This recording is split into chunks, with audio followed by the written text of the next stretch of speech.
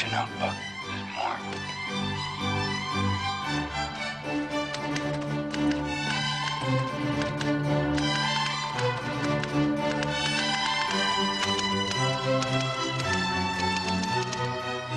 Welcome to Season 3, Episode 5 of CN Live, The Silenced Nuclear Threat. I'm Elizabeth Voss, co-host of CN Live. As written by Caitlin Johnstone in April, the nuclear issue should be the main thing everyone talks about. There is literally no more urgent matter on Earth than the looming possibility that everyone might die in a nuclear war, but people don't see it.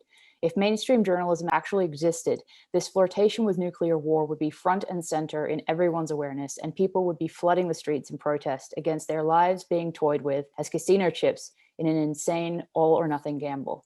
And now we turn to Abel Tomlinson, a peace activist and writer who has been organizing protests at the University of Arkansas for its involvement in research with Honeywell, which is a creator of nuclear weapons. So, Abel, will you tell us a little bit about your protest and your background in nuclear weapons protests in general?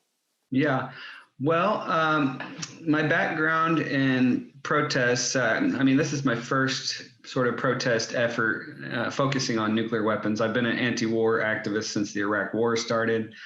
I was a freshman in college when the run up to the Iraq War, and I could tell the Bush administration was lying about the weapons of mass destruction and connections to 9/11. There was a lot of experts saying that. I was reading a lot of independent journalists that had very powerful cases to say that, the war was based on lies. Ultimately, it's cost trillions of dollars, and up to 1 million people or more have been killed, probably millions more harmed, wounded, orphans, widows, and so forth, and refugees.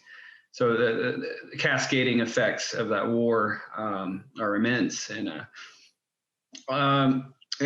so I became an anti-war activist from that moment on, and I've been constantly protesting war, all the wars and threats of wars that have happened since then, including coups, the coup on Bolivia, protested the threats of war with Iran, the Cold War.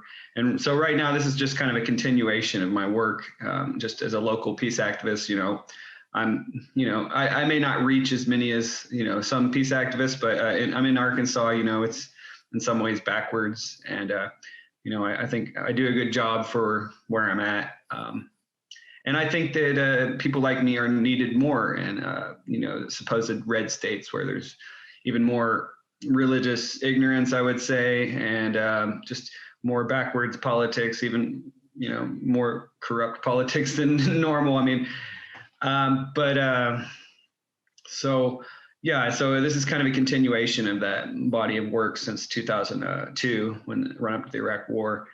And I've done a dozen different kinds of activism, not just street protests. I've been a writer, a journalist for a couple newspapers. I've hosted a TV show, and I've worked on a bunch of other campaigns too, including medical marijuana legalization. I was a regional director, and I've also worked with, in terms of campaign finance reform, moved to amend, trying to confront corporate personhood and so forth, and a bunch of other things. But anyway, so right now our current campaign is focused on the University of Arkansas and its nuclear weapons program.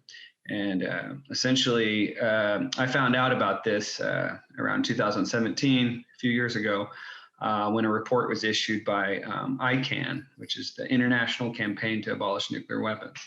And they're the ones that spearheaded a recent effort. Well, it started in 2017. ICAN initiated, it's a coalition of anti-war, anti-nuke activists all over the world, and they spearheaded a treaty to abolish nuclear weapons, essentially to make them illegal. And they were subsequently awarded the Nobel Peace Prize for their work.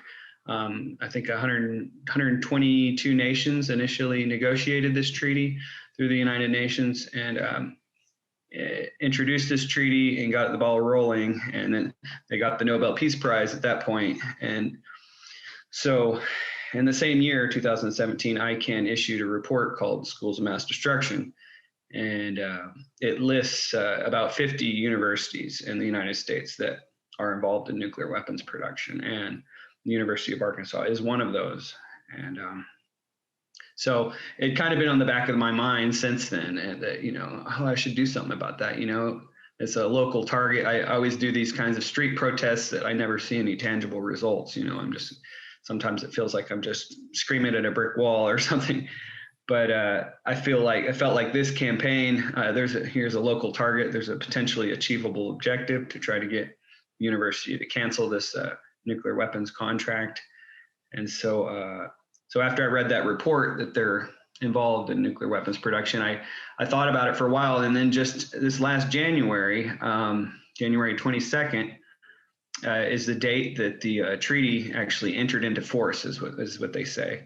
And for the treaty to become international law, it has to get a number of signatories. A certain number of nation states have to sign the treaty, and then it also has to be ratified by a specific number of nations. So originally it was 122 nations negotiated the treaty. Then I think it was something like 80 or more have signed it so far. So not all of the 122, but it was required that at least 50 of those nations ratify it.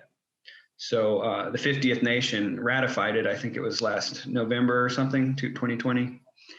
And I think it was Honduras.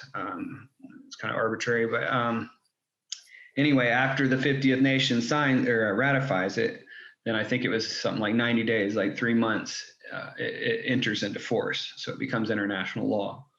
So January 22nd, 2021, it entered into force as international law. And so that was kind of a momentous day for, peace activists and people that are concerned about nuclear weapons abolition, and as we all should be, but unfortunately, not everyone is.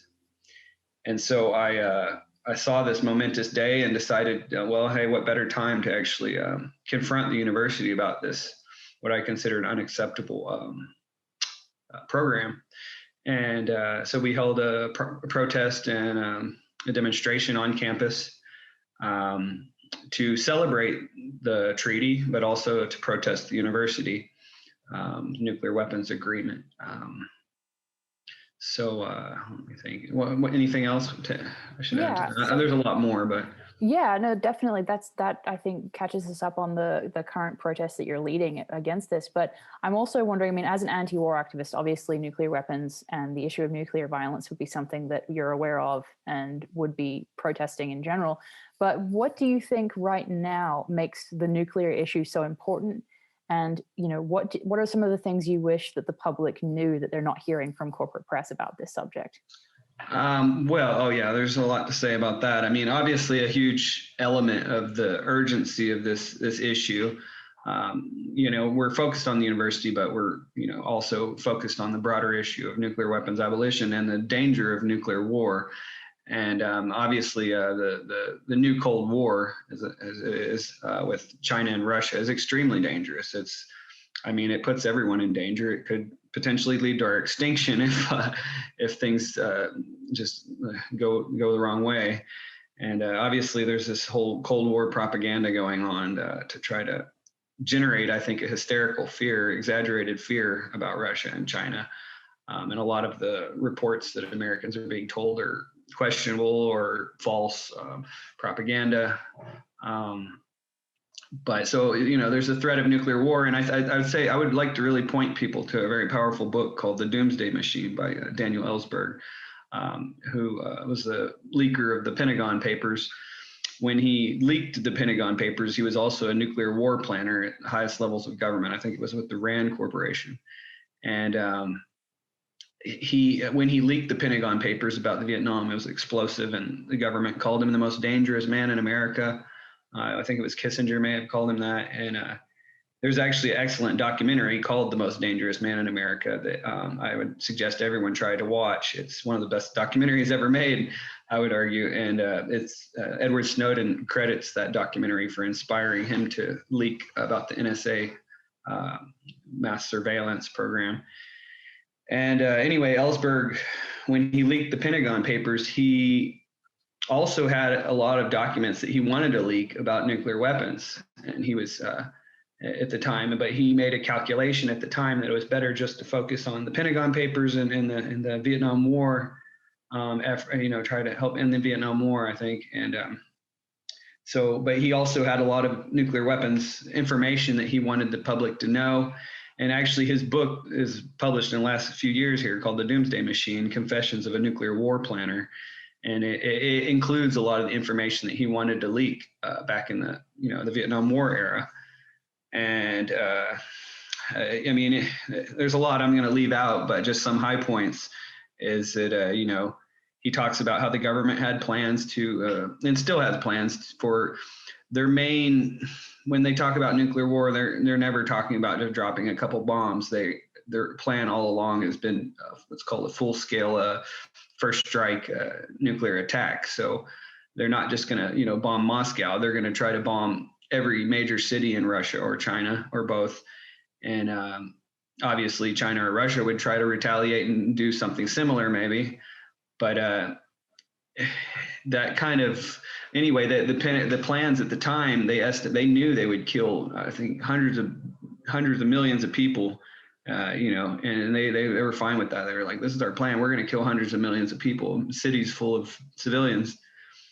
And he said that they would have killed, if they didn't understand nuclear winter at the time, until the late 1980s, I think scientists figured out that this issue of nuclear winter. And so he explains what nuclear winter is. People don't know. If enough nuclear bombs go off in enough major cities, it creates so much smoke that it sends it up in the upper atmosphere, and it can block out the sun for 10 years or more, which would kill virtually all plant life and all the animals and humans that require plants for food. So that's how it would create extinction. Large numbers of people would be incinerated immediately, and even larger numbers would get radiation and cancer, birth defects, poisoning of the food supply, and so forth. But the bigger element on top of all of that is the nuclear winter, is nuclear famine, is that there's no food. There's a great documentary or a movie called The Road. There's a book too that I think is kind of an example of what a potential nuclear winter scenario would look like. And there's cannibals, and it's horrible. It's one of the scariest movies ever, because to me it's such a realistic depiction of what one of the worst nightmares would be, is a full-scale nuclear war. We saw Hiroshima and Nagasaki. That was a good example of how horrific a nuclear bomb in just one or two cities is. And obviously a full-scale nuclear war would be 1,000 or 1,000,000 times worse than that. And so he talks about those things, and and he very powerfully, the book is a very powerful argument for nuclear weapons abolition, and not just that, not even total abolition at first, but just to take away the ability for the United States and Russia to have the capacity to cause our extinction. So that means that we don't necessarily at first have to get rid of 100% of the nuclear weapons. We just need to at least get rid of, he identifies certain ones that are the most dangerous. I think some of the certain specific intercontinental ballistic missiles, or anyway, he lays out the plan very carefully, and he's extremely knowledgeable about this. So he explains how we could just dismantle and deactivate certain nuclear weapons to begin with, and that would, protect us from making ourselves extinct. One of the things that you mentioned when it comes to nuclear winter, and one of the important points about that people may not realize, is it only takes 100 nuclear weapons being detonated for it to induce that level of photosynthesis death and all of that.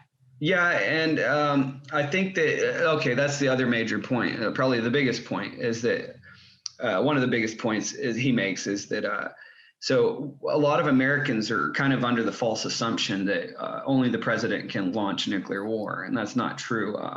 And he was an investigator of command and control of nuclear weapons in the field in the Vietnam War era, and it's still kind of a similar situation. And the authority didn't launch nuclear wars, actually delegated to quite a few lower level commanders in the field. And so, for instance, just a couple years ago, there was a false alarm of an incoming missile to Hawaii.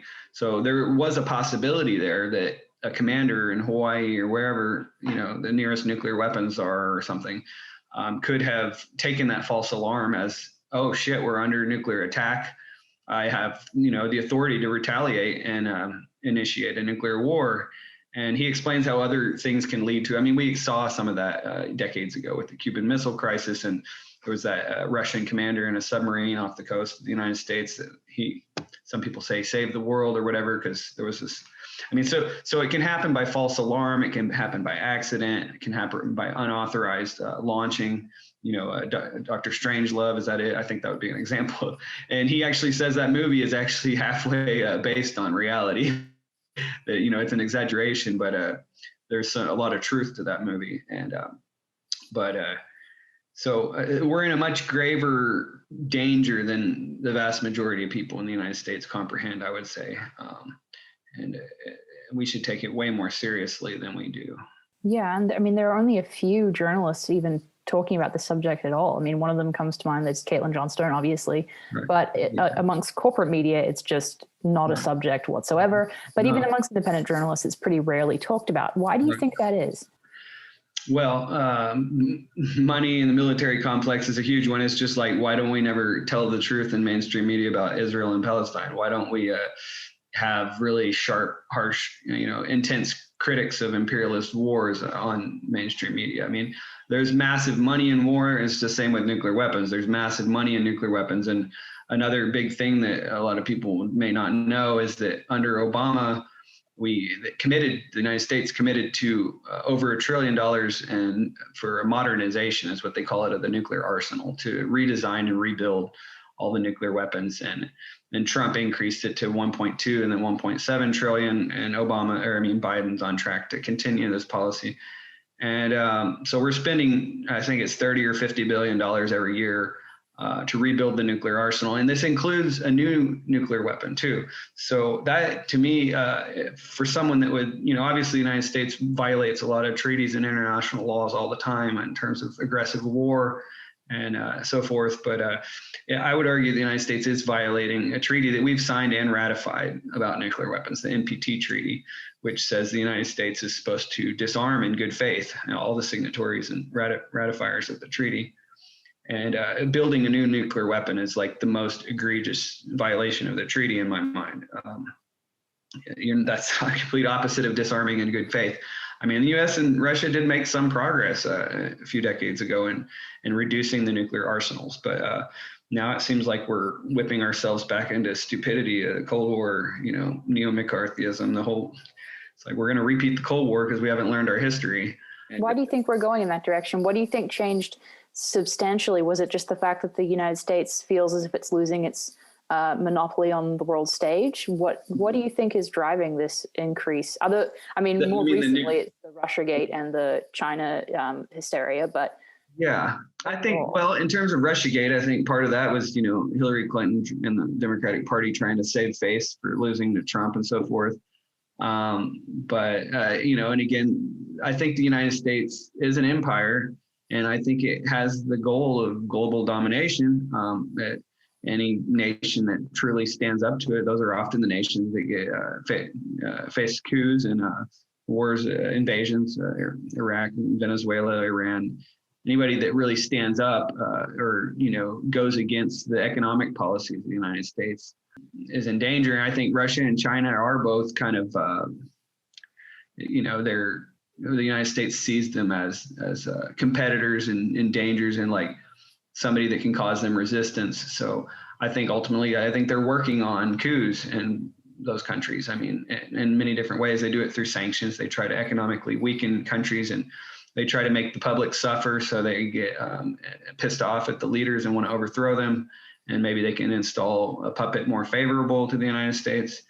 So I think that's kind of what's going on, is that the United States wants to be the global dominant position. And they're especially, I think, concerned now with China, because China's economy is exploding and has the potential to surpass the United States, if not already in the near future. And I think the American elite that really runs things don't want that to happen. They've said that. They've explicitly said that they're not going to allow China to become the dominant player in the world. And I think a lot of that has to do with that. But the United States, I think, is making really stupid mistake and massively investing in war and nuclear weapons. Russia and China spend a tiny fraction of what the United States spends. They invest in a lot of other things that make their economy and their people stronger. I mean, in a lot of other ways. I mean, you look at China's high-speed rail, infrastructure like that, whereas we're just investing in war all the time. And so, I think that's some of it. Definitely. And one of the things that your protest at the University of Arkansas sort of highlights is that in addition to the media, as we've discussed, kind of consciously ignoring this subject, you have that collaboration not only with the media, but also with academic institutions. Right. And that's, again, something we don't talk about. So do you want to just speak on that for a little bit? And I would really suggest people read a really great article. I would say it's probably the best article written so far about our campaign. That's just been, we've only been doing this for a few months, but there's a great author named Jeremy Kuzmarov who writes he's a professor, I think, in Oklahoma. And he comes over here to some of our events and we work with him. And he's a great activist. He speaks at some of our events, but he's also an editor and writer. He's an editor for a great journal called Covert Action. I would say in some ways it's similar to Consortium News. It was founded originally by a great CIA whistleblower named Philip Agee. I think one of his sons is now the editor too, Chris Agee. But Kuzmarov works through them, and he wrote a really great summary of our campaign efforts. And he spoke at our original event, January 22nd. And he wrote an article called The Military Industrial Academic Complex or something like that. He talks about the intersection of all that, of the academic complex and it being added on to the military industrial complex. And I think it's extremely unfortunate that, we have bright young minds going to the university, and I think I would argue they're being wasted when they build weapons of mass death and destruction, and especially nuclear weapons, which could kill everyone. That's the very worst. And there is strong evidence for some of the ramifications of this, because if you search Honeywell, University of Arkansas, things like this, quite a few former students of the university, it's an engineering college, so former engineering students are going to work for Honeywell, I assume building weapons and so forth. And so a lot of their LinkedIn profiles say, oh, former University of Arkansas graduate, now working for Honeywell. And it's a pipe. They talk about the school to prison pipeline or something like that. It's kind of like a school to military complex pipeline or something. And you hear about, CIA recruiters coming on campus and things like that. So to me, it's kind of something like that. One aspect of it is it's a recruitment tool to use the brains of bright young minds for, I think, awful purposes. Yeah, and that highlights in that broader sense the way in which academia has been for a long time working with not only intelligence, but the military establishment as well. And it's something that's even less talked about, as we said earlier, than the media's collaboration with that same state. So it really points out, in my opinion, it highlights the broad institutional support of the war machine, essentially. Yeah.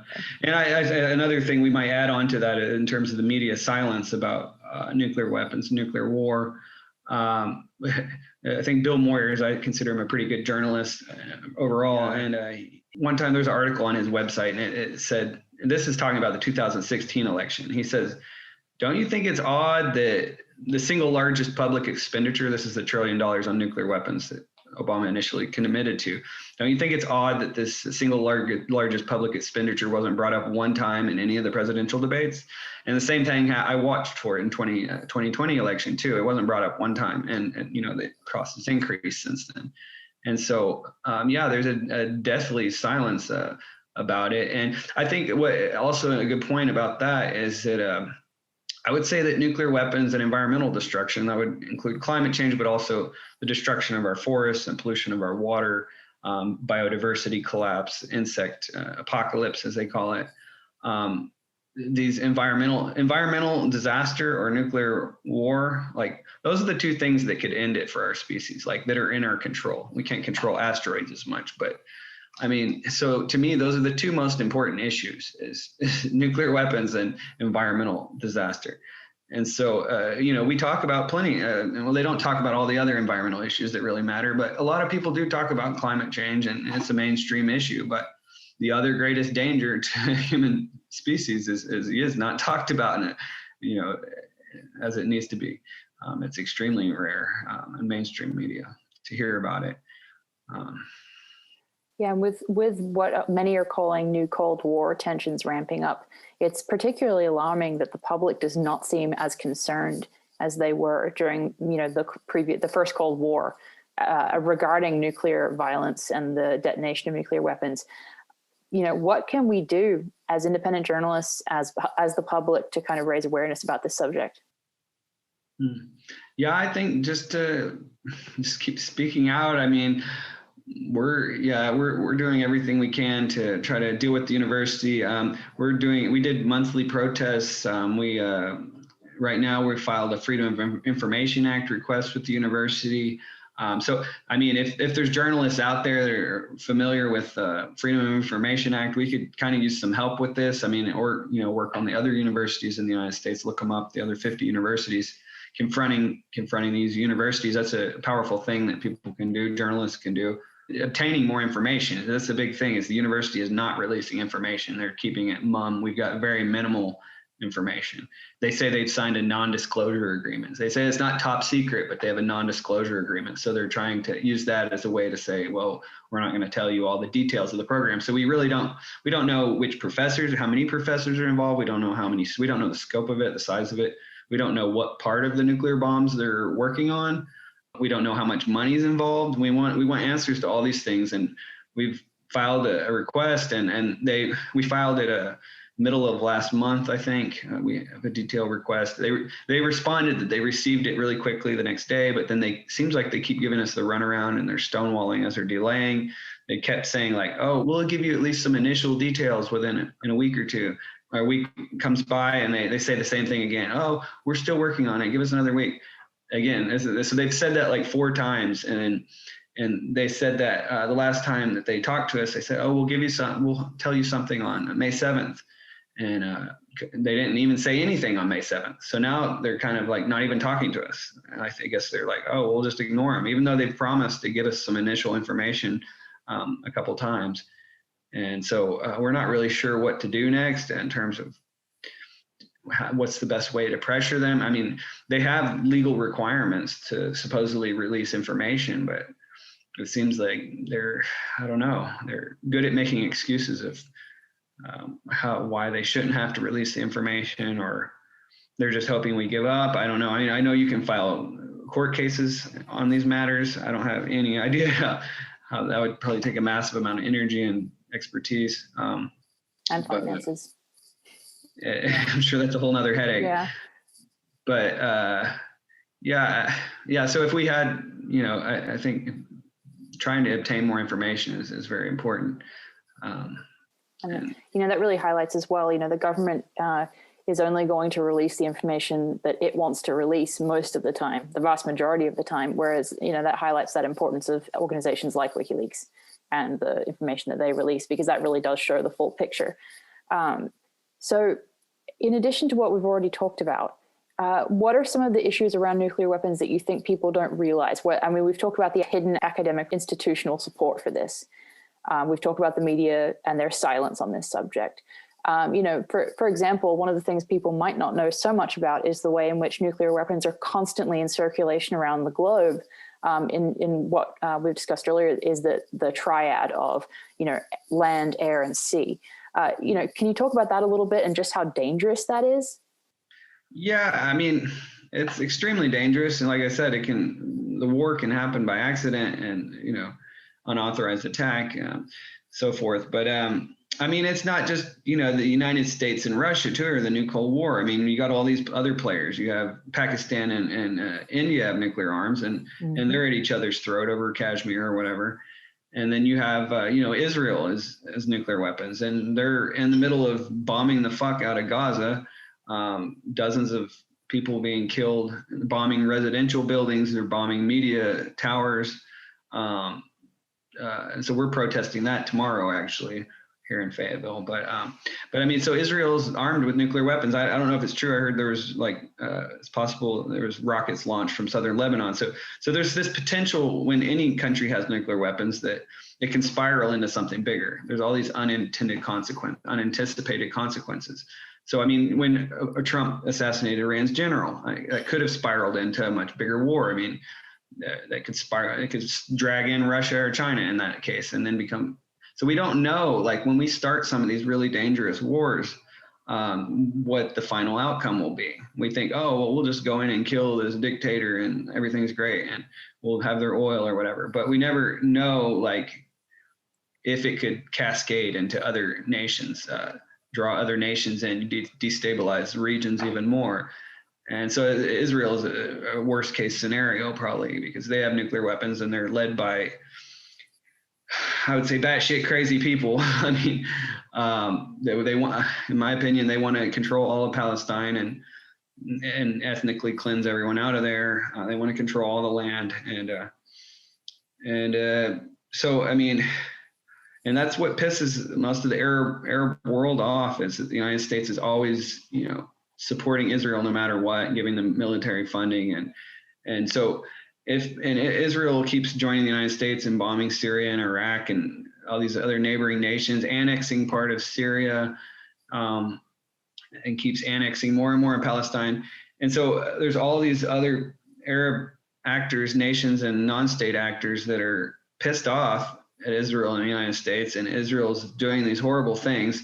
So there's this danger that, there's a potential now for Lebanon to be drawn in. Obviously, Syria Israel's waging war on them, and Iraq's is devastated. They're, in it. Iran's got a hand in the deal. They're, and so, and of course there's Yemen and Saudi Arabia. So the whole region's in flames, and there's this potential for something like, we think, oh, it's one thing if Israel drops some conventional bombs on Gaza, and it's horrible. It's a crime. It's war crimes, but there's always this potential for things to spiral out of control. And if you have you add nuclear weapons to the equation, so if Israel is to drop nuclear bombs on Iran, I think they would like to, if the U.S. would give them the green light or whatever, they had, whatever assurances. But, then if they did something like that, then what is Russia or China? How are they going to react? So it's too big of a danger to leave it as a big question mark. What could happen? We should be sure that even if there's these small or petty or, whatever conflict, it's not going to cause the extinction of our species. And I think a lot of people just don't see that. I've talked to some veterans of the Middle East wars, and they don't have to be veterans. I'm sure there's a lot of civilians that have this kind of mentality, but, they would talk about, this was at the height of the Iraq war, and they're like, oh, it's so fucked up over there, and they've probably seen horrible shit, or maybe their buddy died or whatever, and they would say, we should just nuke the whole place and turn it into a glass factory, or whatever. I remember statements like that. I've heard several people talk about turning it to glass, whatever, we'll just nuke the desert and turn it all to glass. So and they say that maybe tongue in cheek or whatever, kind of joking, but I think they're half serious, but they have no clue of all the other effects, not just it spiraling into something else, but just the environmental effects of nuclear weapons. They're environmentally devastating. Just all the wildlife and trees and everything, it's just disastrous. To me, it's unacceptable, and it's indefensible. And I think Ellsberg makes the point in the book. He's like, no policy in human history, I think toward the conclusion, he's like, no policy in human history is more deserved to be categorized as evil and immoral, insane. And he goes on and on. But pretty much all the negative, horrible words you could come up with, no policy is worse. And it's genocidal, et cetera. I mean, what we did to Hiroshima and Nagasaki is horrible. And we nuked hundreds of thousands of men, women, and children, and I read stories. If people want to know what nuclear war is really like, read some of the stories of the survivors of the Hibakusha, of the nuclear bombings of Japan. And they're just the worst stories you could possibly imagine. I mean, there's a little girl, Michiko Kodama or something, and she says, I was a little schoolgirl in a school building when the nuclear bomb went off. I saw a bright flash or something, and then all of a sudden splinters flew all throughout the schoolroom, and the splinters stuck into the wall and in my skin. And my father came to rescue me. And as he carried me home in his arms, like I saw hell on earth, essentially, like people with their skin peeled off and their eyeballs popped out, a woman holding her like charred, burnt baby and like crying, and people screaming for water, and she had no water, and her and her dad couldn't help anyone. Like they just had to try to go home. And she said she got home, and then like for her, one of the hardest parts was her closest cousin who, was near her age, she said that she was badly injured by the nuclear bombings, and her body was so damaged, and, all the hospitals are destroyed or whatever. So nobody really has any help, and you just have to die a slow death if you don't die right away. And she says her cousin was terminally dying, and her skin was all damaged, and she died within a few days. But she said while she was dying, she held her in her arms, and all she could do was try to hold her and comfort her a little bit. But she said there was like flies coming up and laying maggots all in her body and everything. And this is a little bitty girl is having to deal with this. And if you really read these stories, like you would understand that nuclear weapons are fucking evil, and you should be on the side of justice and peace, and like do whatever you can to try to, speak out against this horrible policy. Yeah, one of the arguments that I've heard Caitlin Johnstone make is that degree of horror is one of the reasons that people put it out of their minds so easily, that it's just too much for people to bear. It's that. And I think the other part is what I mentioned earlier, is that the vast majority of people don't realize how easily nuclear war and nuclear holocaust, nuclear winter, nuclear famine can happen. They think, oh, it'll never happen. Like, it's impossible, or none of the leaders are that stupid. They assure, mutually assured destruction. Both sides too crazy or whatever. But we're led by madmen that massacre millions of people. I mean, and they make those kinds of sick calculations in their mind, and they think that they could just totally destroy a nation, So I don't put it past our leaders at all. And it's not just, the extreme danger of the United States system. It's also, there's a massive danger with the Russian system. And not just the fact that they have enough nuclear bombs to kill everyone, just like the United States, but the major problem in the Russian system is something, and I'm not being Cold War hysterical, this is just a fact. The Russian system is it's something called the dead hand system. And so we have the first strike, policy that we would destroy all the major cities in Russia instantly to try to prevent them from retaliating. So we'll try to destroy everything before they can do anything.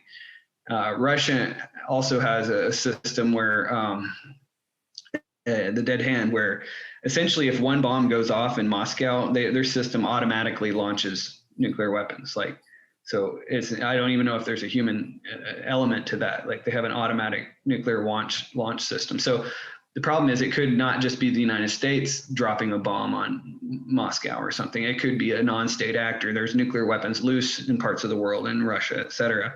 After the collapse of the Soviet Union, there was nuclear weapons that became loose, like go into the black market or whatever. And so there are, serious terrorist groups that could potentially get a hold of one of these and drop one off in Moscow. And then that would, cause this automatic launching of nuclear weapons. The United States would obviously respond by massive nuclear retaliation. And so, again, that's another big element of extreme danger. And I think it's a crime. The mainstream media doesn't talk about these things, but it's just about every issue the mainstream media doesn't talk about. They don't tell people the full truth about a fuckload of things. And that is, I think, the biggest problem in our world, is the monopolization and control of media. I mean, it's been happening over time. A huge milestone in this is obviously the Telecommunications Act of 1996 under Bill Clinton. Mostly Republicans supported it. Some Democrats dissented, but the monopolization of media. We had way more diversity of radio and broadcast and print all over the United States. There was, hundreds of thousands of these stations and newspapers, and it was all consolidated down into 5 or so massive corporations. And now, it's just a small number of rich boards of directors and investors that control editorial decisions of all the public information, and they all have interlocking interests, and a lot of them make a fuckload of money off war and nuclear weapons. And so the journalistic code of ethics says there should be no real or perceived conflict of interest. Well, there's very real conflicts of interest within our major media corporations. I mean, a great example of that is General Electric. I'm not sure if they still own NBC, but at one point, General Electric owned NBC News, and they also made jet engines for the war planes. So, I mean, that's an extreme direct conflict of interest. And there's a bunch of other cases of that. And then a lot of the boards of directors sit on the boards of the media corporation, but also sit on the board of Lockheed Martin or whatever, And so there's, if they call it, interlocking directorates. So there's a massive issue of interlocking directorates of, the richest, most powerful few sit on multiple boards and have a majority stake, say in the shareholders. So if they have the richest few own most of the shares in various corporations, so they have, the dictatorial control about what the corporation does. It's oligarchy. I mean, we live in an oligarchy. That's well, even Stanford found that in their study on it. They found that, the will of the people, when it doesn't align with corporate interests, has almost zero influence on policy. That's the Princeton study. Right. Yeah. So the other thing is that, and what you're saying really highlights, is that as early as the 1970s, we were hearing through the Church Committee that the CIA had been basically, funding and placing stories with journalists, and they had a relationship with newspapers and journalists and that type of thing. But now you see John Brennan on MSNBC just giving talking points directly. I mean, it's really shifted in such an overt way. Oh yeah. I call it, there's stenographers for the CIA. There's stenographers for the Pentagon. There's no real journalistic pushback. There's no adversarial journalism. They just regurgitate whatever they're told. They say, this government official said that, so it must be true. Or even an anonymous Pentagon official said this, so we're just going to report that as true, even though, it's either false or needed to be fact checked or whatever. So yeah, it's a joke. One of my big hopes though is that more and more people will start to see through the illusion, is to see through the propaganda. I mean, right now I say a small percentage of Americans understand propaganda and able to question it productively, but I'm hoping that that's increasing. A growing number of people are becoming disillusioned with the mainstream media and are seeking out alternative information, or I think a lot of people on Twitter find, like, for instance, the issue of Israel and Palestine right now, like, that mainstream media is fucking lying to everyone about the conflict. I mean, they essentially are saying, well, Hamas is evil and shot some rockets, so Israel is acting in self-defense and has to go massacre dozens or hundreds of, bomb all these residential buildings. That's a lie. Like, they always say Israel's responding. All the politicians say Israel has a right to defend itself, which means they have the right to massacre the Palestinians. But I mean, if they were telling the truth, if they were good journalists, a real journalist, they would say, well, let's break it down. What's really causing the conflict? And if you really break it down, it's the occupation, it's the land theft, it's the land seizure, it's, the increasingly shrinking space for Palestinians. It's the fact that most Gazans don't have clean water and only get a tiny bit of electricity. It's the fact that Gaza is arguably, a lot of experts call it the world's largest open air prison, that the people can't leave. Like, Israel's bombing them, but they're locked in a cage. Like, so the mainstream media is not telling the people the full context of the conflict, what's causing it. Even now they say, well, Hamas shot all these rockets, so Israel has to go carpet bomb Gaza.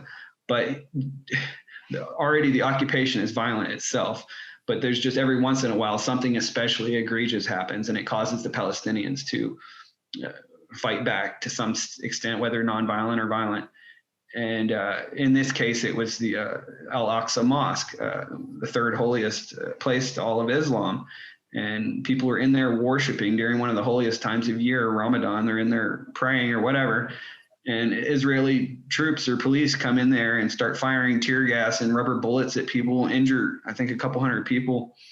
Maybe a few people were killed. I don't know. And so that's what caused Hamas or some people in Gaza to respond with these joke homemade rockets that overwhelmingly are like fall on the ground. And the United States has funded this Iron Dome thing so they can intercept most of them. They're like, to me, they're like fireworks. So yeah, they've killed a couple Israelis, but it's always massively disproportionate. And I'm not endorsing the rockets or Hamas or anything like that, but you have to understand why the Palestinians are doing what they do, what's causing it. It's like JFK said, a riot is the language of the unheard. It's the same thing. Like Hamas is acting like a rioter. I mean, and they're not being heard. So if the Palestinians were heard and their grievances were looked at and treated with, and they were given more justice, they wouldn't be doing a lot of the things like that. But even then, like, the Palestinians can't even protest nonviolently. They tried to do that in the last year or two, and they had massive nonviolent protests, and Israeli snipers were killing them from long distance and laughing about it and joking about it, like killing not just unarmed protesters, they were killing medics and journalists with press written across their breast, and medics clearly in medical outfits. And so those are war crimes. And of course, Israel commits tons of war crimes, and the United States always protects them in the United Nations. The Security Council tries to condemn them. The United States has veto power. I think the whole Security Council veto thing is massively problematic. It undermines the potential for democracy of having an international body that really treats people fairly and tries to really productively increase peace and justice in the world. I mean, I think the United Nations does some good, but I think the fact that you have the most powerful nuclear armed nations in control of the United Nations in a large degree, and they have that veto power, it kind of undermines a lot of the potential that the United Nations could have. But I mean, going back to the media. Yeah, I think that, so the Israeli conflict is a great example of the media lying to the people. But what's inspiring is that a lot of people are kind of starting to see through the lies. And I think, you look at Twitter, there's all these videos that people can watch of what's going on, and they see the truth of it. And so that helps people to see the lies of the mainstream media. And so the more I think that people can learn to see through the lies, the better off we're going to be. And the more people will see them as kind of a pariah, they'll see them as liars, they'll see them as guards of a corrupt, wicked system that endangers us all with nuclear weapons and has no problem killing 1 million Iraqis if they've got oil or whatever, their strategic interest or whatever. Or they arm the Saudis. I mean, you saw Obama and Trump arming the Saudi dictators, one of the most brutal dictatorships in the world. And they're giving them massive arms while they're committing war crimes on Yemen. That's like extremely indefensible. It's one of the most indefensible things in the world, the whole international arms trade and selling weapons to dictators, like making the world more dangerous. That's, to me, it's unacceptable, just like nuclear weapons. Yeah. No, and I think that that brings up something really important that we kind of touched on earlier, but that is that the Democrats and Republicans have issues like war, nuclear weapons, and sanctions on countries that don't go along with U.S. foreign policy that are totally bipartisan. And those are also the issues that conveniently are left out by the mainstream, corporate press. And so I'd like to just ask you as well to comment on Biden, because a lot of people, especially on the center left, would have this impression that Biden is a change from Trump substantially, that he's at least been pushed a little bit left by the progressive wing of the Democratic Party. Can you comment on Biden's presidency, but especially in terms of war and nuclear weapons? I mean, Biden, to me, is horrible. I mean, he's one of the biggest war criminals in modern American history. I mean, during the Iraq War, the Bush administration is lying, Dick Cheney's lying to the public about Iraq's weapons of mass destruction and so forth. And Biden was the number one most responsible congressman or senator to help launch the Iraq War, a war based on lies, a war crime.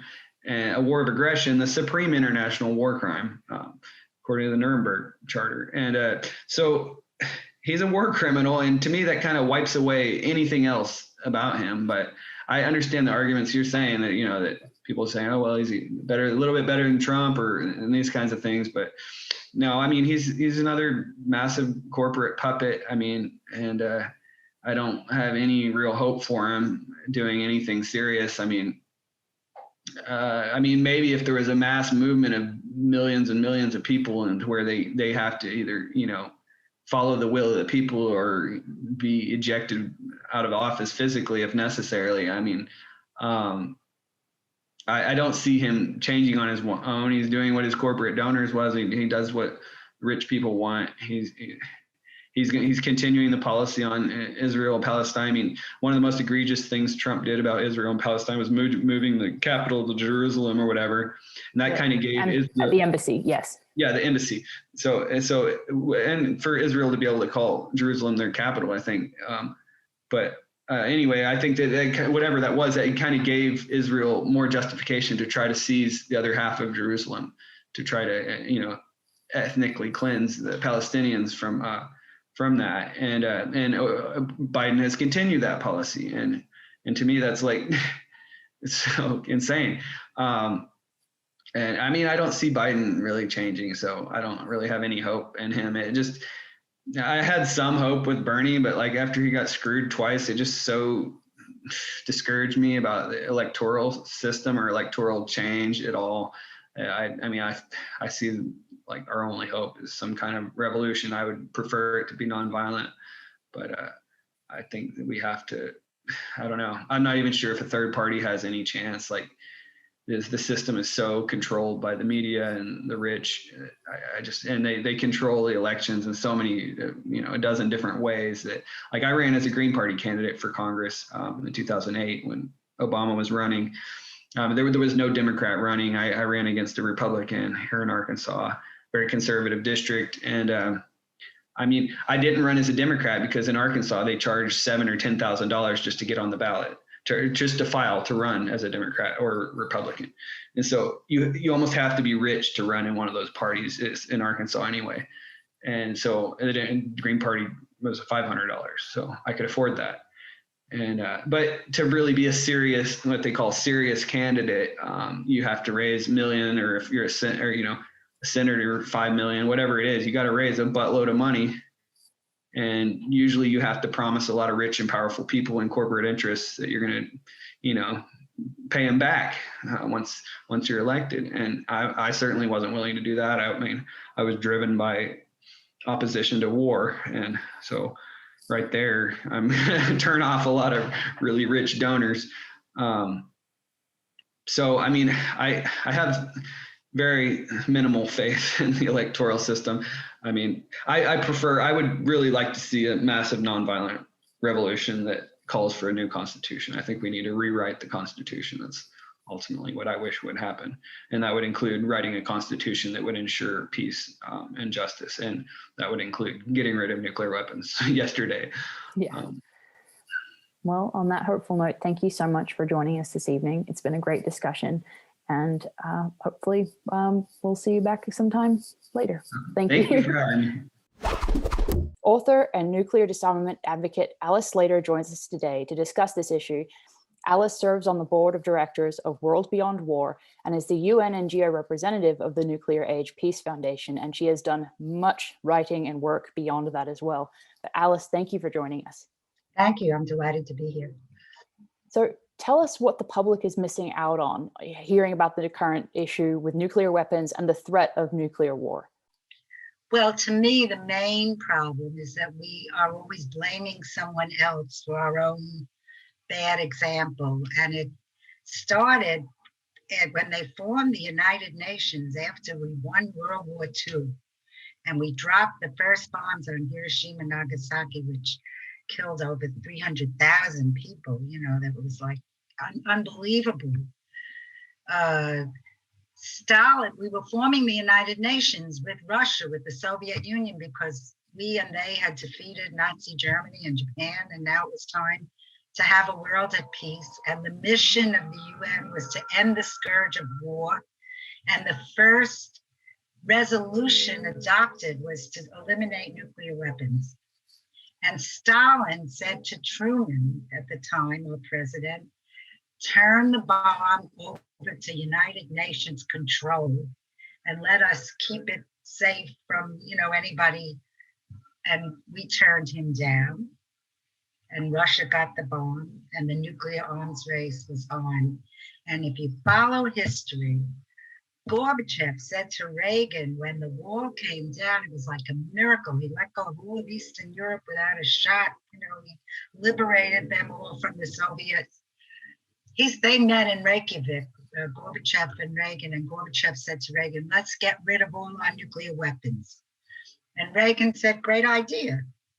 Gorbachev said, yes, but you can't do Star Wars because the United States has a policy to dominate and control the military use of space. We're shameless. We say that's our policy. And Trump just established a Space Force. It used to be part of the Air Force, and Biden's not getting rid of it. So this is not a Democrat or Republican issue. It's a Republicrat, elite arms group running the whole country.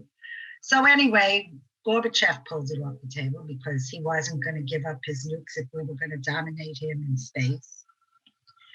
Then Putin offered Clinton, let's cut to 1,500 nuclear weapons or 1,000 each. At that time, we had each about 20,000. We actually got down from 70,000 to now there are 14,000 on the planet. And 13,000 of them right now are in the US and Russia. So it's up to us. The other 7 countries, which is England, France, China, India, Pakistan, Israel, and North Korea, they have 1,000 between them. So it's not up to them. It's up to us and Russia. And Russia keeps putting proposals on the table. So Putin said to Clinton, let's do that, but don't put missiles in Romania because he said, I can't promise that. Then Bush comes in and he walks out of the anti-ballistic missile treaty that we had with the Soviet Union. It's not just Trump that's walking out of treaties. Bush walked out of this treaty that we had since 1972 with the Soviet Union, that we weren't going to build anti-missiles so that we didn't have to build a lot of missiles. And we only permitted missiles in one place in each country. So they had it at Moscow, anti-missiles, and we had it in North Dakota, and that's how it stayed. And then Clinton started putting emplacements into Romania, and Bush walked out of the treaty. So Putin pulled his offer off the table. If we weren't going to not put missiles in Romania, he wasn't going to negotiate for nuclear disarmament. And another thing has made this situation so bad between us and Russia is that the Soviet Union lost 27 million Russians in World War II. I mean, who hears this number? I'm Jewish. We talk about the 6 million in the Holocaust. You hear this number over and over, 6. But I never heard 27 million. It was like amazing to me. So when the wall fell and we were going to unite East and West Germany that had been divided, Gorbachev said to Reagan, don't take them into NATO. They were very nervous about a rearmed Germany, rightly so. And Reagan and Baker, his ambassador, promised Gorbachev, don't worry, let them be united and be part of our NATO. But we promise we will not expand NATO 1 inch to the east. And now it's right up to the Soviet border. We're doing war games, nuclear war games on Russia's border. I mean, look what happened when they put missiles in Cuba. We almost had World War III, And even that Cuban missile crisis is very interesting because Kennedy made a secret deal with Khrushchev that if they got the missiles out of Cuba, we would take our missiles out of Turkey, which is why they went to Cuba in the first place. And that was never reported because Kennedy the Congress wouldn't have let him make a deal with Russia that we're going to take missiles out of Turkey. So we did. A year later, we took them out. And now they're back, along with US nukes in Turkey and in 4 other NATO countries. We keep American nuclear weapons at a base in Germany, Belgium, Holland, Italy, and Turkey. I mean, who could blame Russia? It's like ridiculous. It's all us. In the 50s, they had a cartoon, Pogo, by Walt Kelly, and he had a line, we met the enemy and he is us. It was during the Red Scare then in McCarthy. And I want to talk a little bit about that Red Scare. I mean, I went to this in 1953 when I went to Queens College. I grew up in New York. We were so terrified of communists. That was the McCarthy time. People were going to jail and they executed the Rosenberg. I mean, it was like terrible. So I was in the cafeteria talking to somebody, probably about civil rights or something, and she said, "Here, you should read this." And she gives me a pamphlet, and it says Communist Party of America. And my heart is pounding in terror. I put it in my book bag. I go home on the bus. I go up to the 8th floor. I walk directly to the incinerator and throw it down without looking. That's how frightened we were of communists. And they're doing it all over. They're starting that up again now. So it's interesting because in 1989, I went to Russia when Gorbachev was president, and he was doing glasnost and perestroika as part of the Lawyers Alliance for Nuclear Arms Control. And Russia had stopped underground testing. Kennedy tried to shut all the tests down, but they wouldn't let him. So testing went underground when Kennedy was president. And then we did 1,000 more tests at the Nevada test site on West Shoshone, Holy Land, poisoning the water. Anyway, they were doing the same thing in Russia, in Kazakhstan, at Semipalatinsk. They kept up with us every step of the way, And this Kazakh poet, Olza Suleimanov, led a group of Kazakh miners and workers to picket that they shouldn't do these nuclear tests because it was leaking into the water. In the end, they were getting cancer and all the terrible things. And Gorbachev said, "Okay, I'm going to stop." And he stopped nuclear testing. So our lawyers group in New York, we went to Washington and said, "Russia stopped, we should stop." They said, "Oh, you can't trust the Russians." That was the answer from Congress. So the head of the New York City Bar Association, Bill DeWin, who had formed the Lawyers Alliance for Nuclear Arms Control, from the Dutch DeWins up the Hudson, an old family with lots, he raised like $6 million, put together a team of seismologists. And we went over to the Soviet Union and we met with their lawyers and their government. And we said, "Listen, will you let us put our American seismologists around the Kazakh test site so that we can see if you really stopped?" And Gorbachev said yes.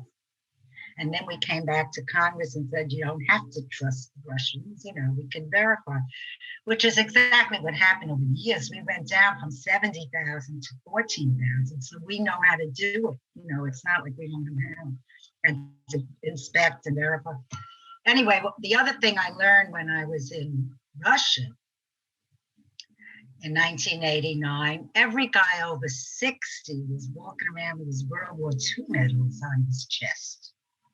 And you go to the Leningrad Cemetery now, St. Petersburg, there were 400,000 mass graves from the siege of Leningrad. And every street corner had a memorial to the dead of the war. And my guide said to us, we had guides walking us around, "Why don't you Americans trust us?" I said, "Why don't we trust you? What about Hungary? What about Czechoslovakia? Why should we trust you?" Total arrogant American, ignorant, arrogant American. And he looked at me with tears in his eyes and he says, "But we had to protect our borders from Germany." And I looked at the guy and I said, that was their truth. They were never coming after us. Whatever they did in Eastern Europe that was terrible in terms of the occupation and everything, it wasn't against us. They were in a defensive crouch. After all, Napoleon marched into Moscow 100 years early. That's what and we were getting this whole story that they're coming after us. And it became the driver for the arms race and selling more arms, And now that we're running out of terrorists, we're making a new enemy with China and Russia again. So to keep the machine going, it has nothing to do with reality. And the media, there's a guy, Ray McGovern, I don't know if you've ever interviewed him, but he talks about the Mickey Mat. Eisenhower warned us about the military-industrial complex, the general who won World War II in Europe. But McGovern says, no, it's not the MIC anymore. It's the Mickey Mat. It's the military, industrial, congressional, institutional, academic, think tank complex. Media. Media is very important. That's in there. Because they're all united in keeping this war machine going. There's not. So anyway, where was I? Where should I go now? Well, I'd like you to. But I want to say one more thing. Sure. I told you Putin also offered Obama to negotiate. When we did the Stuxnet virus with Israel and wiped out Iranians' enrichment facility and boasted about it, hacking. Look at how we boasted and how it's coming back to us. I mean, what, are we stupid? Didn't we think that nobody else could do this? I mean, that's not as complicated as a nuclear bomb. Anyway, Putin asked Obama to negotiate a cyber war ban treaty, and we turned him down. And there's a lot of China and Russia keep talking about that in the UN, and we keep rejecting it. And the other thing we rejected was that they wanted China and Russia tabled a draft treaty to keep weapons out of space in 2008 and 2014. That in the Committee on Disarmament in Geneva, where you need consensus to talk about it, the US would not discuss it. We voted no, you couldn't even discuss it. And every year there's a resolution at the United Nations, PAROS, Prevention of an Arms Race in Outer Space, that Russia and China promote. They just made a big speech about it last week. Lavrov and the Chinese foreign minister made a big speech. They're on I think China is now the chair of the Security Council. So in the UN, they made this huge speech how we have to keep space the peace and stop the arms race and stay. So they're the peaceniks. I mean, Americans don't believe this, but maybe groups like you can get the word out. Thank you. Well, that does bring us to something I wanted to ask you about and have you talk about, and that is the role of the media, because the corporate media does not discuss this issue at all, as Caitlin Johnstone points out. It's left to independent journalists. So what do you see the media doing? Because I mean, in the Cold War era, at least the populace was aware that there was a danger. It was in the popular imagination, as you described. So what's changed and what is the media doing wrong? I don't think much has changed, but we got stronger. So the media got more repressive, because I had my first experience of the media. I became an activist. I was a suburban housewife in Massapequa, Long Island, 1968, during the Vietnam War. And I was watching television. I'd never been an activist. And I see this CBS reports or something when they told you real news, showed Ho Chi Minh going to Woodrow Wilson in 1990. He was like in his 20s, this young guy, was the head of Vietnam, begging America to help them get the French out of Vietnam, because the French had rubber plantations. They had the guys in cages and in chains. We turned him down because France was our ally. And the communists were more than happy to help him. It showed, and that's how he became a communist in Vietnam. You know, he wanted to be like an American. He modeled his constitution on us, they said. So I'm watching this news, and the same night, the kids at Columbia University in Manhattan were rioting. They locked the president in his office, and they didn't want to be drafted in this terrible war. And I was terrified. I had just turned 30. They were saying, don't trust anyone over 30. And my husband came home and I said, what is the matter with these kids? Don't they know this is America? We have a political why are they rioting? And I go down to the Democratic Club, and they were having a debate between the Hawks and the Doves in Massapequa, and I joined the Doves, and within a month I was active in Gene McCarthy's campaign, and I never stopped. And what I noticed, after McCarthy lost the nomination, we organized a new Democratic coalition and took over the whole country, grassroots, door to door. We didn't have the internet. And we elected enough delegates in 72 to nominate George McGovern, who was an anti-war candidate. He was going to end the war, and the media never wrote. The New York Times never reported on him. They cooked up this whole thing. He had appointed as his vice president Thomas Eagleton, who was a senator from Missouri, who 20 years earlier had been hospitalized for manic depression, and that's all they wrote about. That was the big front page story. You know what else they did that to? Gary Hart in the 80s. He was a great guy. They talked about his affair. Well, Roosevelt had an affair. Nixon, they all had affairs. Kennedy was, split his brains out with everyone. But they never wrote about it except now with a liberal progressive candidate. And they did that to McGovern. And he was so badly, like he only won Massachusetts and Washington. And you know, the super delegates that stopped Bernie from getting the nomination, they put them in because of us. They couldn't believe it. All these grassroots, they were never writing about McGovern's campaign. They were all saying Muskie is the front runner or whatever, you know.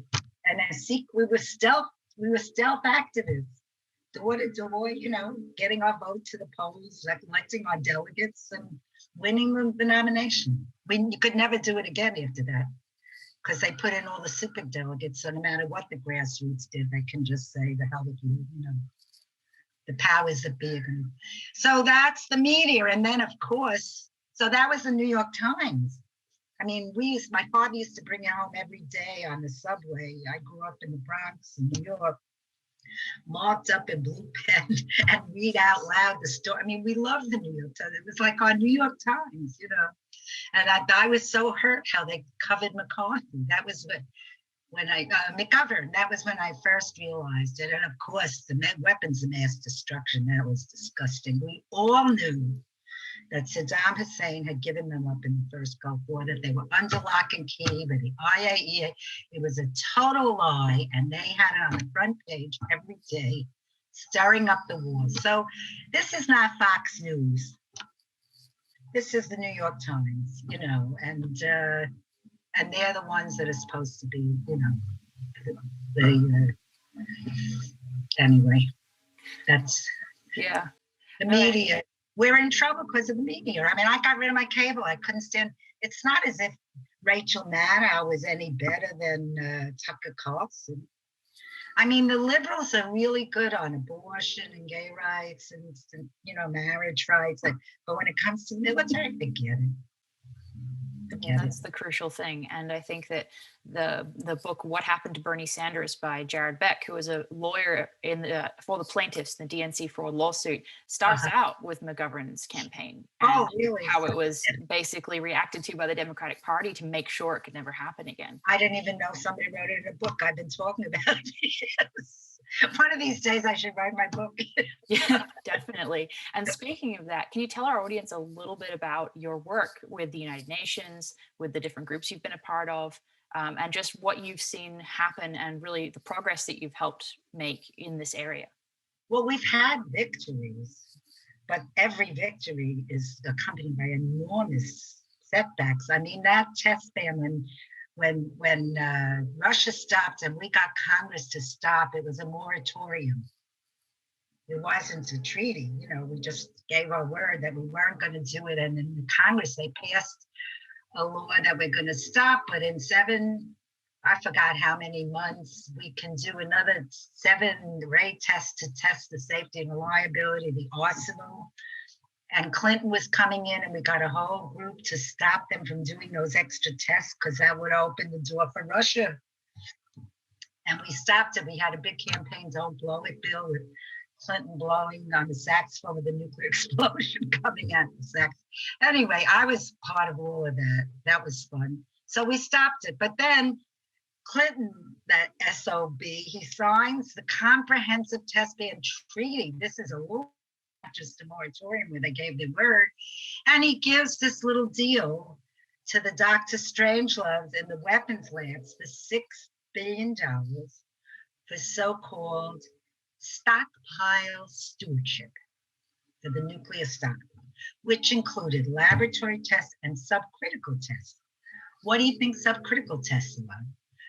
At the Nevada test site on the Western Shoshone Holy Land, 1,000 feet below the desert floor, they did about 100 tests where they blew up plutonium with chemicals, but it didn't have a chain reaction. So Clinton said it's not a test. Like, I didn't inhale, I didn't have sex, I'm not doing testing. And of course, Russia did it, and then China did it, and you know, and the thing has been going on forever. Now, Obama made this little deal with Medvedev, the temporary president in Russia, for the start. I think we cut another 2,500 weapons out of our 16,000 or whatever it was. And he promised the Congress $1 trillion over the next 20 years for new bombs, missiles, submarines. And that's what we're fighting now. We're trying to stop this missile, but we should stop the whole thing. There should be a moratorium on any new expenditures for nuclear weapons. especially when we have to deal with the climate and the plague. And it's such a waste of IQ points and money, and it's down the wrong rabbit hole. Yeah, you mentioned earlier the degree to which we've reduced nuclear armamentation, but it's clear that that even a few missiles being launched and exploding would do horrendous damage. Can you give us some idea of what impact the remaining nuclear arsenal could have if we were to engage? Well, there are all kinds of studies coming, the international positions, the prevention of it, that we would have global winter. We're also worried about global warming, but that it would put such a cloud, even 100 bombs going off between India and Pakistan would create such a cloud of dust and everything that all the crops would fail and we'd be starving, till it. There's no way. I mean, we only used 2 of them since 1945. There's no way we can use them appropriately. And there have been so many near misses. We're totally pushing our luck. We had this Lee Butler became the head of strategic command, I think during Clinton. I saved the congressional record. There were 36 airplane crashes carrying nuclear bombs because they were flying 24/7, always in the air, and the submarines and the missiles and the airplane. And none of them ever went off. 2 of them spewed a little plutonium in Palomary, Spain, to Greenland. We cleaned it up. One is off the coast of Georgia. They've never found. But Lee Butler, the general, grounded the planes. I mean, that was like, duh.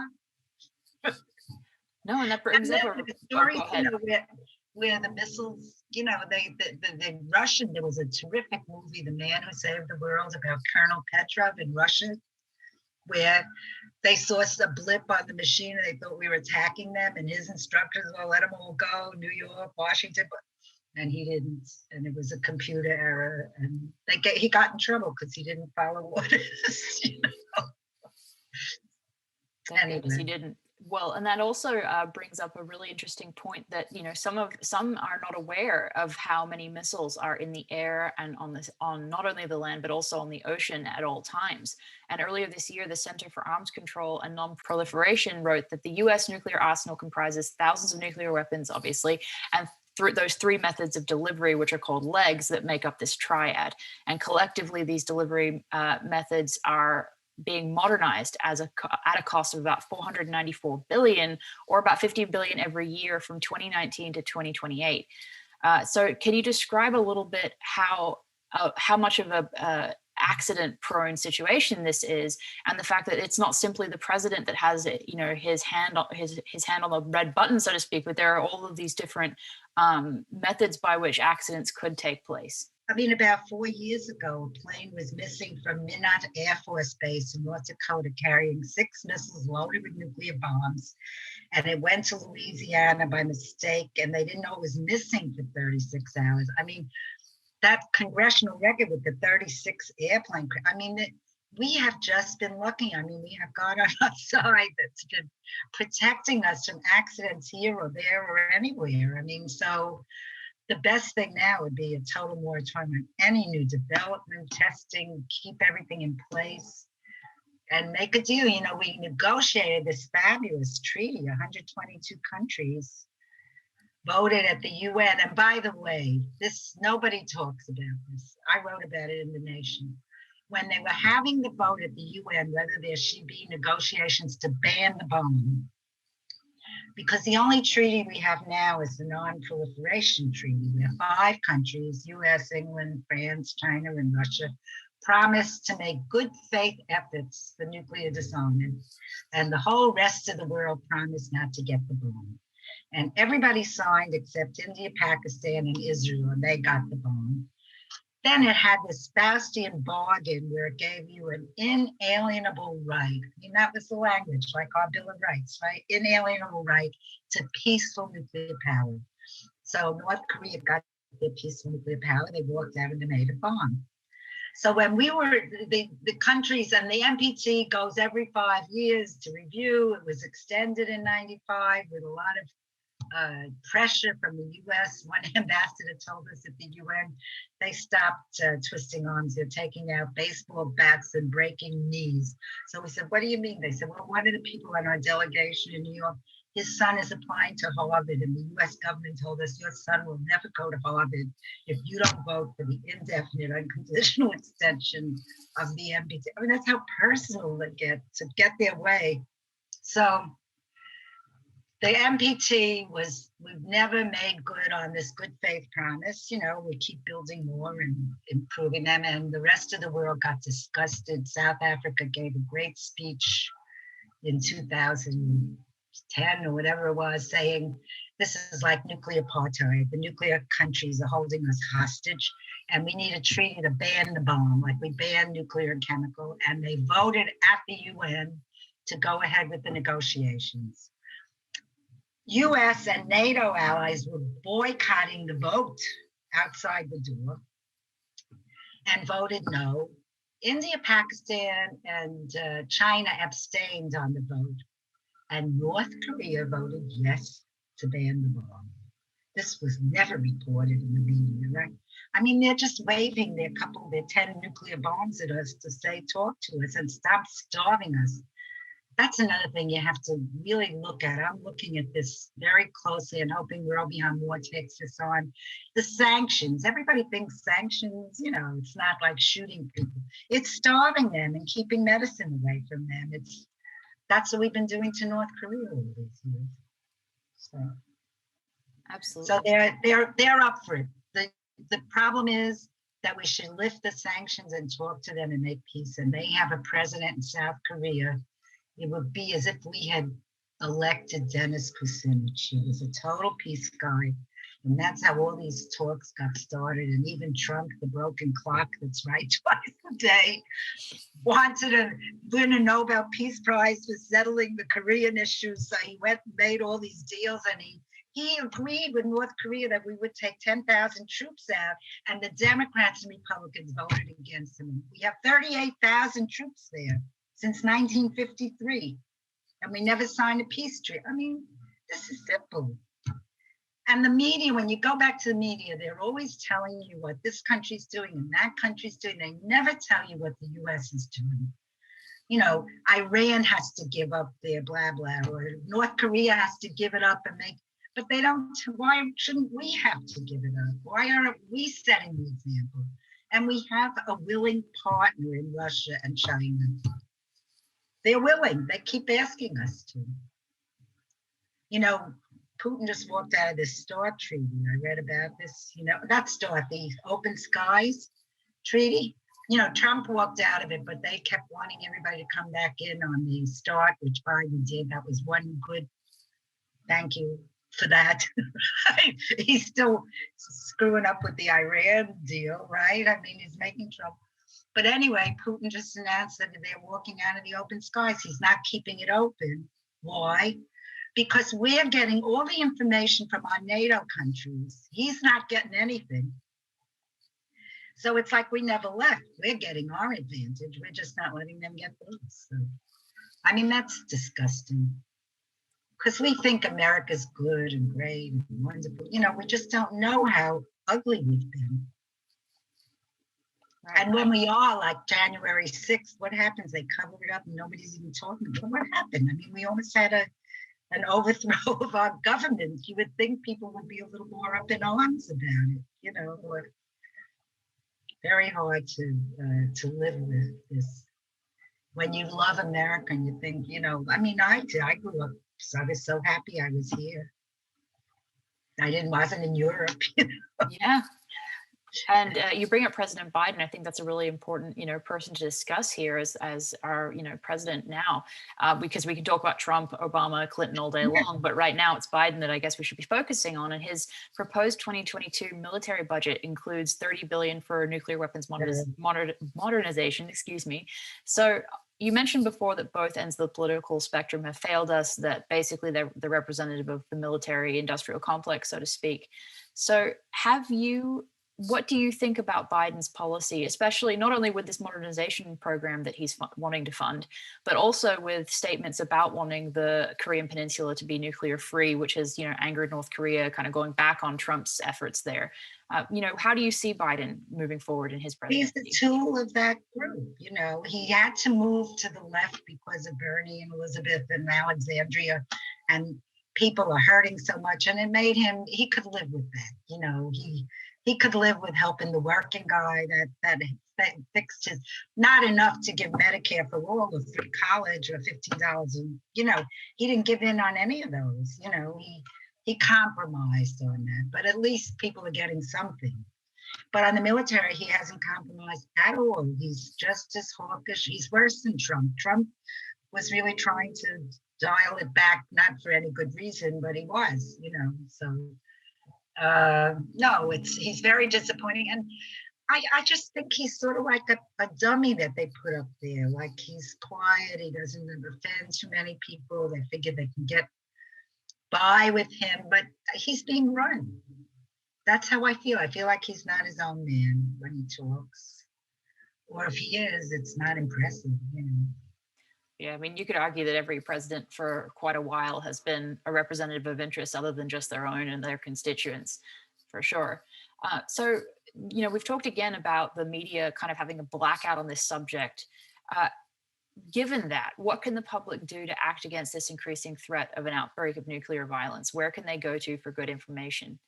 Well, first of all, the ICAN campaign, the International Campaign to Abolish Nuclear Weapons, Eleanor Holmes Norton has put a resolution into the Congress for us to join the treaty and, convert from military to economic, green economy.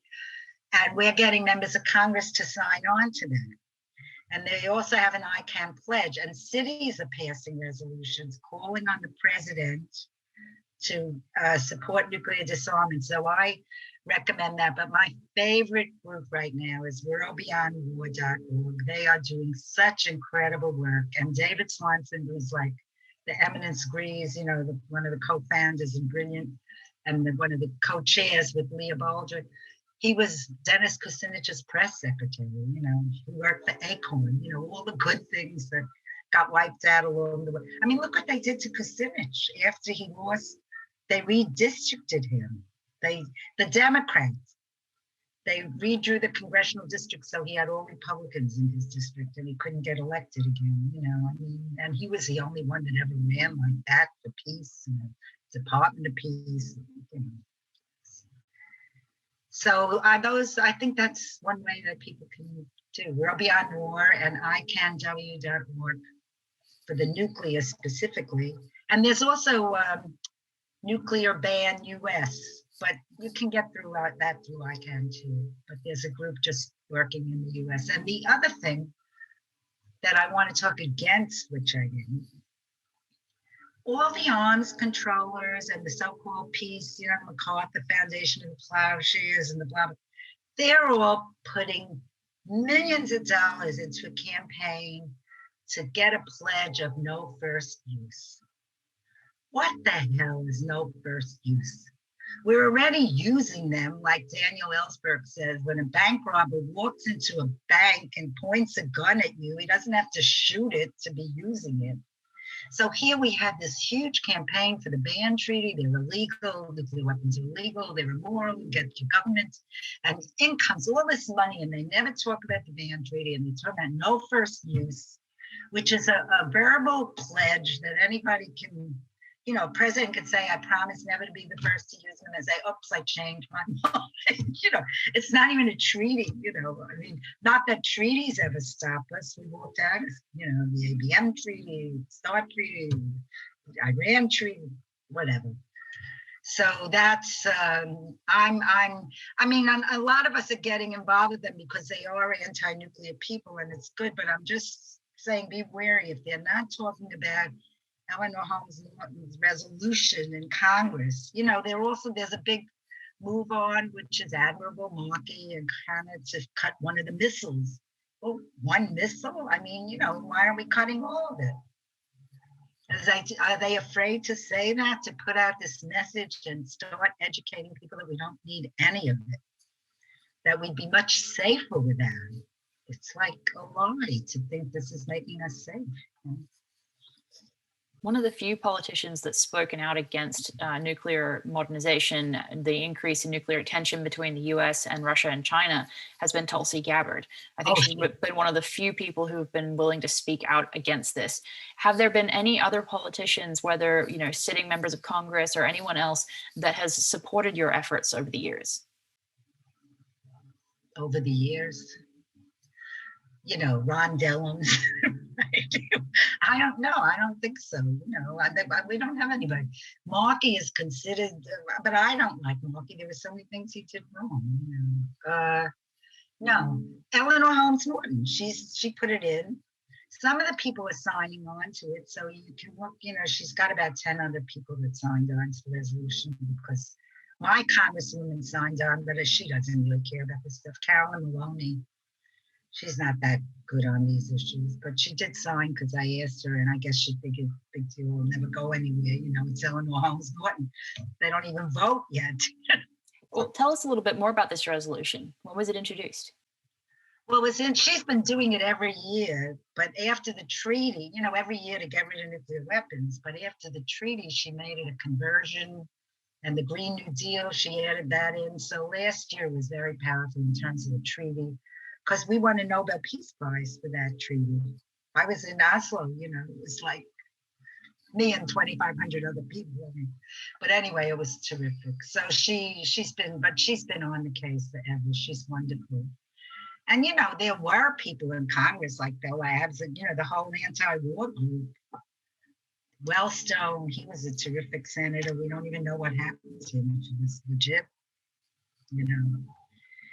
there's one thing, I don't want to sound like a paranoid nut job, but Trump tried to get declassified the Warren Commission report, and they wouldn't let him 50 years ago.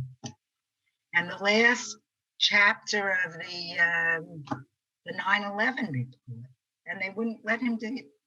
They're still classified him, and they won't let us know why. 50 years after the guy was, 9/11 was how many years ago? I don't know.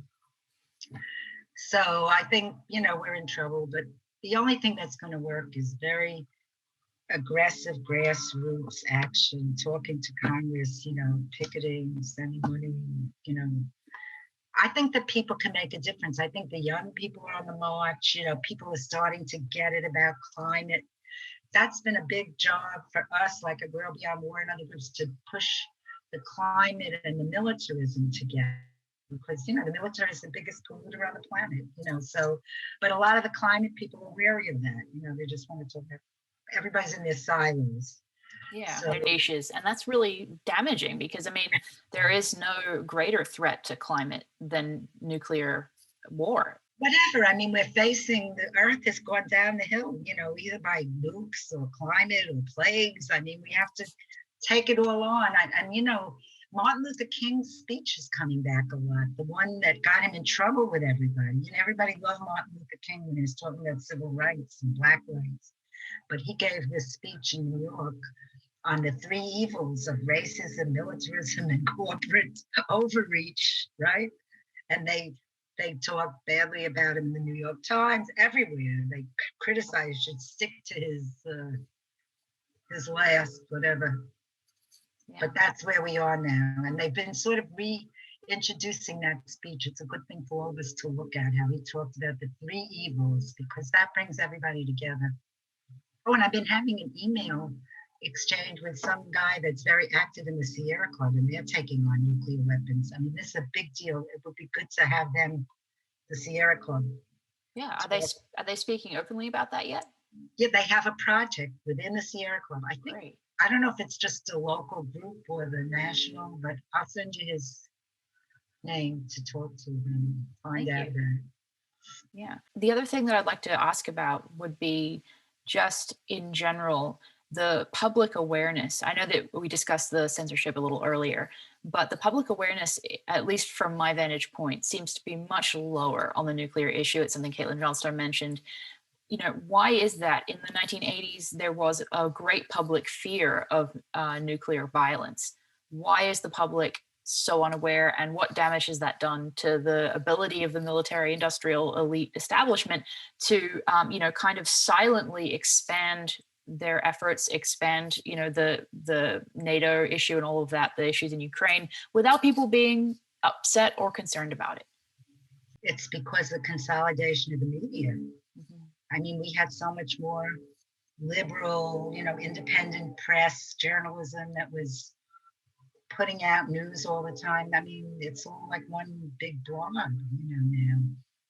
There's no difference to me with the three networks, sometimes I watch Fox News just to get the other point of view, but I got rid of the cable altogether. I couldn't stand it because there's not a word of truth on there. It's all a pre-packaged program to keep people like what 1984, like what Orwell said. Our mind is being controlled. There's a wonderful writer, Caitlin Johnstone. Do you know her? Yeah, we quoted her at the beginning. Yeah. She really nails it, And I have two grown kids that are raised liberal and they can't stand to hear what I'm saying. They're so anti-Trump, it's not just anti-Trump. We got to support Democrats. The people don't get it. They don't get it. And these I consider them very intelligent and, educated. I mean, there are very few people that want to hear this. Yeah. Believe it. You can't believe it. Like it's America. What's so interesting? I have a friend, Blanche Reason Cook. She's a historian and she teaches at John Jay College, and she wrote a 3-volume biography of Eleanor Roosevelt. And in volume 3, Eleanor is appointed by Harry Truman to work with Stalin and the Russians when they're setting up the UN. What should it be like to end the scourge of war? So Stalin, she writes, absolutely refused to agree to a declaration of human rights unless we agreed to a declaration of economic and social rights. And we said, nothing doing. And he said, nothing doing. And they fought, and finally they put them both in. And they never signed the human rights. And Jimmy Carter signed the Declaration of Economic and Social Rights. That's like 40 years later, but we never ratified it. So, our view of America is very skewed. It's like, what good are human rights to start? What good are economic and social rights if you can't talk or speak? Or, you need everything. And we're at that inflection point now, I think. Yeah. The West talks a lot about human rights and freedom of speech, but then we have Julian Assange sitting in Belmarsh even after a judge ruled against his extradition.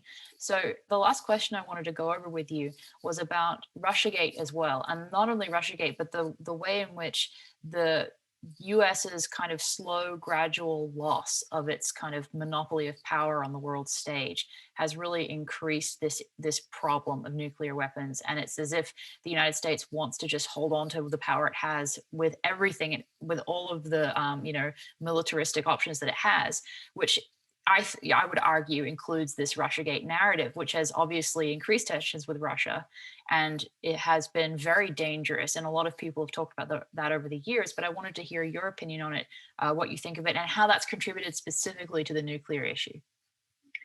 Well, first of all, I think people should look at Code Pink. We have a group, China, our enemy. And there's another one that we did a 10-hour seminar on the new Cold War with Rachel Bumpke. I don't know if you are familiar with, but those are groups that people should look into. In other words, to counter this narrative that they're trying to sell us. We're in the last gasp of the patriarchy of the empire. That's what's happening. The empire is dissolving, and we need a soft landing, and there's a lot we have to take care of. It's not just like Rome is falling, the whole planet is falling. So you have all the leftover crazy patriarchs, waving their guns and their missiles and their bombs, and then you got the rest of us sane people. I think there are more of us than them. And, we just have to take back the country, you know, like in a way, I can't believe Lynn Cheney is such a good help to us, but I'm glad. And there's this, what's the right, there's a good new group, Quincy, the Quincy Institute, like all the right-wing thinkers are being anti-militaristic and saying, you know, people are starting to get it. So if the extreme right and the extreme left and all the kids in the middle and all the women that know the men are doing it, you know, like the patriarchy and the Black Lives Matter and the indigenous right. I mean, there's all this counter energy coming up, and I hope we can, you know, we did. We took back the Congress this time. We got to, you know, increase it and take it back and sit on Biden's head, you know, until he does the right thing. But I don't know how else. That's my optimistic perspective, but you're right. It could be very dangerous. But it's always been dangerous with the nukes. Now it's dangerous with the climate. Or the plague, you know, I mean, we got a lot of dangers, so how can we waste time, you know, fighting? We have to all, and you know who's speaking beautifully? Lavrov, the foreign minister of Russia, and the Chinese foreign minister. I mean, if I was young, I would marry Lavrov. I adore him. He's so warm and he gets it. He's just kind and thoughtful. They're not rattling sabers. Putin, I read his speeches. Everybody should read Putin's speeches. He gave one in 2016 that they tried in vain to keep us in the ABM treaty. And then we had to do our missiles, he said.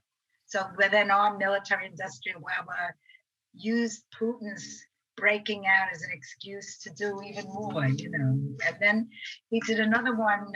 They had this anniversary of World War II.